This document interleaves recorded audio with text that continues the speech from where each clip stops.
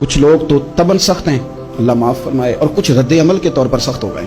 کچھ باتیں دلوں میں بیٹھ گئی ہیں جنہوں نے طبیعتوں کو سخت کر دیا ہے۔ کبھی کہیں آپ بہو سے کہ چلو بوڑھی ساس سے اگر کبھی کوئی بات سخت نکل گئی ہے تو معاف کر دے، وہ تیار نہیں ہوتی، وہ کہتی ہے تمہیں پتہ نہیں میرے ساتھ کیا کچھ ہوا۔ کبھی ساس سے کہا جائے نا چلو بھول گئی تھی بچی تو آپ درگزر کر دیں، تو کہتی ہے تمہیں پتہ نہیں میرے اندر سختی کتنی آ گئی ہے، دکھ کتنے بیٹھ گئے۔ ہم طبیعتوں میں سختی کر بیٹھے، ہمارے دل دھڑکتے ضرور ہیں لیکن صرف اپنے بچوں کے لیے، ہمارے سینوں میں درد اٹھتا ضرور ہے لیکن صرف اپنوں کے لیے۔ ہم نے نا 2 4 5 6 باتیں جمع کر کے ان پر پورا ذہن بنا کے سخت ہو گئے ہیں، طبیعتیں سخت ہیں، دل سخت ہیں۔ میرے نبی پاک صلی اللہ تعالی علیہ وسلم نے فرمایا، یہ حدیث مسلم شریف میں موجود ہے، فرمایا جنت میں وہ لوگ داخل کیے جائیں گے جن کے دل چڑیوں کی طرح نرم ہیں، نرم دل کے لوگ، معاف کر دینے والے، جلدی مان جانے والے۔ ایک صاحب تھے، اپنے بھائی سے ناراض ہو گئے اور انہوں نے رشتے سے انکار کر دیا، پہلے ان کے بیٹے کی وہیں پہ نسبت تھی، انکار کر دیا۔ کئی لوگوں نے ان سے کہا، میں نے بھی کہا، تو وہ کہنے لگے پیر صاحب عزت بڑی کرتا ہوں آپ کی لیکن میں مرد ہوں، ایک دفعہ نہ کر دوں تو پھر ہاں نہیں کیا کرتا۔ تو میں نے اس صاحب سے کہا، میں نے کہا یوں نہ کر، اگر صبح قیامت تیرے بارے میں کوئی سخت فیصلہ آ جائے اور رب کو منانا ہو کسی مقام پر تو کیا کہے گا؟ بہانے بنا بنا کے ہم سخت ہو گئے، دل اتنے سخت پتھر کر لیں، میں فلاں ہوتا ہوں جی، میں نہیں دوبارہ کسی کی سنتا۔ اور خدا کے بندو، میرے نبی پاک علیہ السلام نے فرمایا مومن تو اس طرح ہوتا ہے جس طرح اونٹ کے ناک میں نکیل ہوتی ہے، بٹھا دو تو بیٹھ گیا، اٹھ جاؤ تو اٹھ گیا۔ اور حضور نے فرمایا وہ لوگ جو بہت بد اخلاق ہیں، جھگڑالو ہیں، فسادی ہیں، سخت دل ہیں، وہ لوگ جنت میں نہیں جائیں گے۔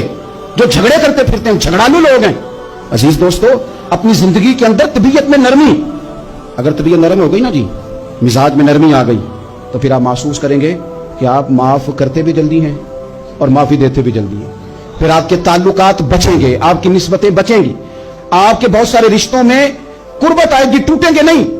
ایک تو دل نرم کریں، کسی شخص کے بارے میں دل میں کوئی بات ہے تو اسے معاف کریں اور معافی دیں۔ کچھ لوگ دل کو ٹھیک ٹھاک ہوتے ہیں، کوئی ناراضگی نہیں ہوتی، لیکن آپ نے بچی کی شادی کا کارڈ دیا نہیں تو فوراً ناراض ہو جاتے ہیں، اور پھر آپ سمجھا رہے ہیں، قائل کر رہے ہیں، وہ تیار ہی نہیں ہے قائل ہونے کو۔ سنو، اور اس حدیث کو یاد رکھنا، نبی پاک صلی اللہ تعالی علیہ وسلم نے فرمایا جس کے پاس اس کا بھائی عذر لایا، بھائی معافی مانگنے آیا اور پھر اس نے معاف نہ کیا، اللہ کے حبیب فرماتے میرے حوض کوثر پہ نہ آئے۔ تو سخت ہو کے بیٹھ گیا، تو کہتا ہے میرے سے پہلے سنے، میں آپ کو بتاؤں اس نے میرے ساتھ کیا کیا، اور ٹھہر جا۔ اگر حساب کتاب کے بعد معافی والا اصول رکھ لیا جائے کہ پہلے حساب کتاب ہوگا، غلطیوں کا مداوع ہوگا، پھر معافی ہوگی، تو یہی حساب اگر رب کریم بندوں کے ساتھ کرے تو پھر میں اور آپ کدھر جائیں گے؟ تو اس سادی بات پہ آ جاؤ نا، تو 2 جملوں میں حضور نے سمجھائی ہے، فرمایا تم رب کے بندوں کو معاف کر دو، اللہ تمہیں معاف کر دے گا۔ رمضان المبارک کے تشریف لانے سے پہلے اپنی طبیعت کے اندر ایسا ذوق لائیں، ایسی طبیعت لائیں کہ ہم نے معافی دینی بھی ہے اور معافی لینی بھی ہے۔ بعض اوقات ہم رسم ادا کرتے ہیں شب برات سے پہلے، یہ سوشل میڈیا پہ چل گیا، فلانے کو فلان کہہ دیا، اگر کوئی کبھی ہوئی نا تو معاف، ایسے تو نہیں نا معافیاں ہوتی۔ ہمیں پتہ ہوتا ہے ہم سے کون ناراض ہے، ہمیں خبر ہوتی ہے ہم نے کس کو تکلیف دی، ہمیں پتہ ہوتا ہے کس نے ہمارے لہجوں سے پریشانی پائی ہے، کون ہے جو ہماری وجہ سے اذیت کا شکار ہے، تو اس سے جا کے معافی مانگے، تو یہ چیزیں معافی کا سبب بن